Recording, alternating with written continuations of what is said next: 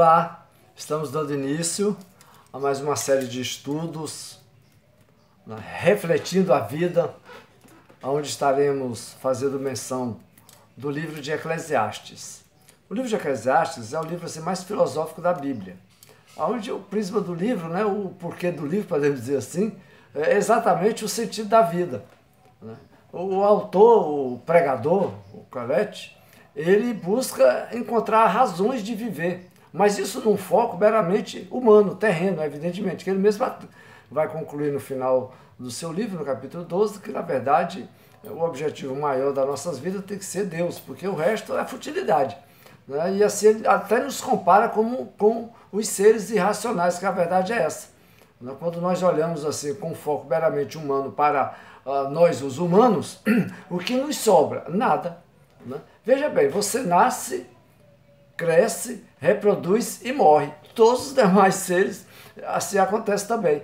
Tanto é que ele até compara em um determinado momento, quando chegar lá vamos comentar mais, que como um ser irracional. O fim de um cavalo, por exemplo, é o mesmo de um homem também, no sentido biológico, evidentemente, a morte. Então, se digamos assim, o prisma da minha vida, o sentido da minha vida for meramente um olhar terreno para as coisas desse mundo, eu não vou levar nada, não vou lucrar nada, ao contrário, como você vai ver no transcorrer do livro, é só canseira e coisas fúteis, as famosas futilidades da vida, e tem gente que perde tempo demais com isso, né? O livro de Eclesiastes é um livro assim, interessante, porque há muita dificuldade, está entre os livros poéticos da Bíblia. Segundo a tradição talmúdica, né, dos judeus, foi Salomão que o escreveu, certo? Segundo eles, né, eles afirmam que, observe como são as coisas, né? O estudioso é um ser assim maravilhoso, que o livro de Cantares, Salomão o escreveu quando estava jovem, né, ainda jovem, né? O livro de Provérbios foi no ápice da sua sabedoria, né? E o de Eclesiastes, o quê? Na velhice. Após tantas loucuras que Salomão fez, segundo os estudiosos, né, o pessoal, né, estudiosos judeus, né, e muitos também estudiosos modernos também concordam com essa teoria. Ele não tinha mais nada do que fazer, vai colocar, olha, realmente toda aquela loucura que eu fiz, aquela carnalidade toda de sexo, de poder e tudo mais, inclusive o próprio grande saber que eu tinha, tudo aquilo é vaidade. Na verdade, o livro, a palavra-chave do livro é vaidade. Né? E vaidade aparece 37 vezes no livro, né? Ou seja, empregando ou expressando, né, inúmeras coisas que não se pode compreender acerca da vida. Né? Nós não temos respostas para tudo, por isso que é um livro filosófico.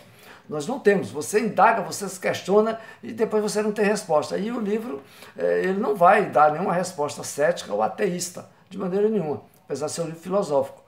Não é? Mas o prisma do livro foi escrito, claro, por uma pessoa que tinha temor a Deus, evidentemente. Se foi Salomão ou outra pessoa, essa pessoa tinha temor a Deus. Tanto é que enaltece e exalta a pessoa de Deus como o objetivo maior do homem sobre a face da terra. Certo? Então, muito bem. Então, veja bem. Então, todos os projetos, ou seja, os objetivos e ambições terrenos projetados, né, por cada um de nós, né, eles, com o fim em si mesmo, só vai trazer futilidade na sua vida e cansaço, e decepções, frustrações. Né? Então a nossa vida não pode ser baseada em si mesmo.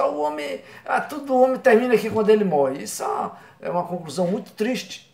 Né? Você com certeza será uma pessoa infeliz, porque Salomão, se foi ele que escreveu, ele experimentou todos os prazeres que um ser humano poderia experimentar sobre a face da terra. Ele foi um homem poderoso, rei, né? Você vê que quando lê o livro da história você lê o livro de Reis, Crônicas, você vai ver que via gente de toda parte do mundo, né?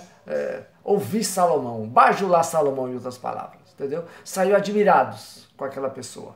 Ele teve, se for falar essa questão de mulheres, do seu harém, 1000 mulheres, quer dizer. O cara como rei, sábio, né? O cara inteligente. O país, naquele momento que ele reinou, prosperou tremendamente. Todos os reis, né, não vou dizer assim belicamente, se submetiam à sabedoria daquele homem. Então, quer dizer, tudo que um ser humano poderia desejar na vida, ele teve, porque assim Deus deu. Mas ele teve uma triste conclusão no final da sua vida. Tudo isso o levou a distanciar-se desse Deus que havia lhe proporcionado tudo isso. Então vocês veem que a vida, você não leva nada daqui, como diz esse nosso ditado, tão sábio ser do interior, né? Não se leva nada dessa vida, correto? Então, muito bem. Então, se você busca uma vida em si mesmo, esqueça, a sua vida vai muito além disso. Você tem que olhar para a sua vida com os olhos de uma eternidade, não de um mero viver terreno transitório aqui, porque aqui você vai, daqui um dia você estará partindo, né? E aí? E aí? O que sobrou? Né? O que você fez na sua vida que você pode dizer assim, poxa, eu fui feliz. Até que você tivesse uns 80 anos, 90 anos, dizer, poxa, eu fui feliz, eu fiz tanta coisa boa. Né?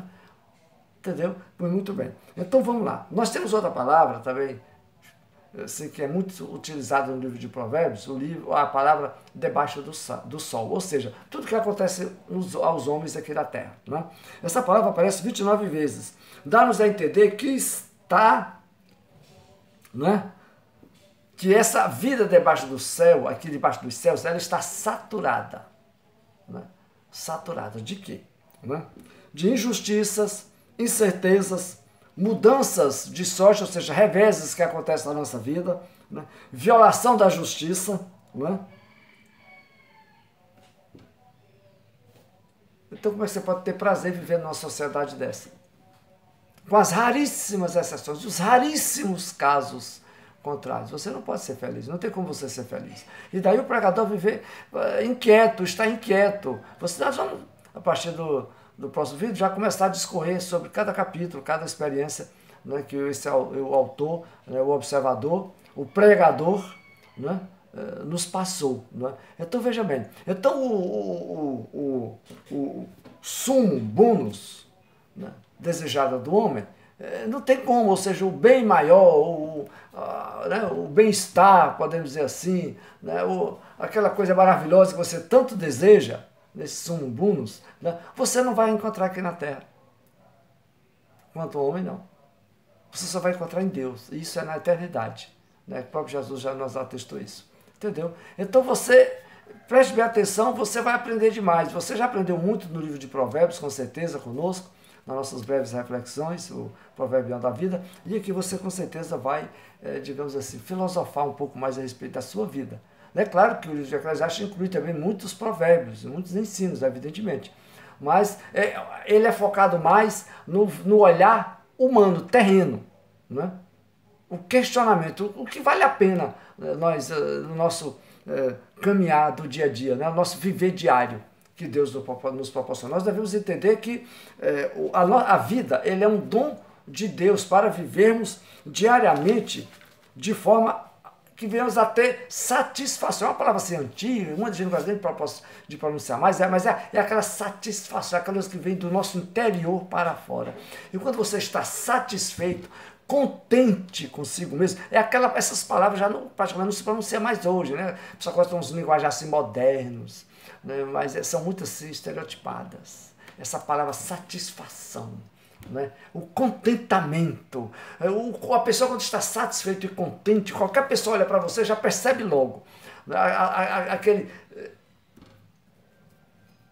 no seu visual, aquela imagem de uma pessoa que está feliz com a vida. Entendeu? Então é isso aí. Já não se usa muito essas palavras hoje, mas é o que denota melhor, o que expressa melhor um coração cheio de alegria. Né? Então, a nossa satisfação diária de vida, se você for focar só para o aqui diante de você, você nunca terá. Ela tem que ser olhada além da nossa vida diária, além do nosso viver meramente humano e biológico aqui na Terra. Né? Então a sabedoria nos ensina que o homem deve olhar para a vida sob a ótica divina. Por quê? Porque a vida é um dom de Deus. Né? Foi Ele que deu. Ele já começou a nos fazer e depois nos proporcionou tudo isso. Né?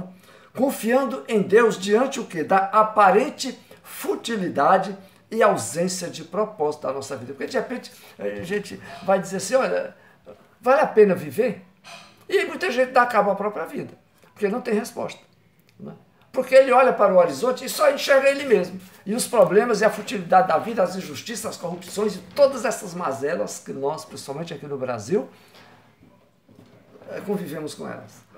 É culpa de Deus? Não, culpa das pessoas que só olham para o presente. Não é? Então, nós temos que termos cuidado. Então, o nosso foco não deve se olhar meramente pelo nosso caminhar aqui na Terra. Há um propósito. Não é? Porque, como eu já disse, Deus nos colocou aqui, é um propósito da vida de cada ser humano sobre a face da Terra. Não importa o país ou o continente onde ele se encontra. Todo ser humano tem um propósito aqui. E se eu for olhar somente para a minha vida terrena, eu serei um frustrado. Né? E aí nós vemos o alto índice de suicídios, né, entre a humanidade. Né? Claro, nos países mais, outros menos, alto índice. Países ricos com alto índice de suicídio. Por quê? Porque o povo lá tem também tudo o que eles o coração deseja para o seu bem-estar, mas falta o essencial. A paz, o contentamento daquelas coisas que a própria sociedade nos proporciona. E quando nós olhamos para elas mesmas, aí começamos a nos frustrar. Você vê que olha hoje a quantidade de carros. Dizem que quando o Henry Ford criou o primeiro carro lá, ele achava que ia resolver todos os problemas da humanidade. Um carro. Só que quando ele começou a fazer aqueles carros lá em série, aqueles 29, né, se não me engano, da época, eu estava lendo a reportagem desse a respeito dele, ele achava que ia resolver o problema do mundo. Todo mundo era feliz comprando um carro daquele. Só que quando compraram o carro, aí descobriram que precisava mudar o carro. E aí diz que Henry Ford, né, ele teve assim, uma decepção muito grande a esse respeito. O povo já não estava mais alegre nem contente com aquele carro, queria um carro diferente. E aí a indústria não parou mais. Né? Não parou mais. Você vê que cada 6 meses aparece um modelo novo e dizendo que já é do ano seguinte, e você já comprou aquele com muitas lutas, com 6 meses já surgiu um novo, você já não quer mais, já quer o outro, e aí o ser humano se tornou insaciável, frustrado, porque só quer olhar para essas coisas. Né? Então eu achei olha, interessante a história desse cidadão. Né? Vale a pena a gente ler, a gente aprende muito. Né? Você vê como nós somos, né? O ser humano. E tá aí hoje você tem dúvida até de comprar um carro. Você está com dinheiro no bolso, se você está tendo esse privilégio, mas você não sabe que carro comprar. Você tem dúvida de comprar o carro errado. São tantos modelos, né? Tantos modelos.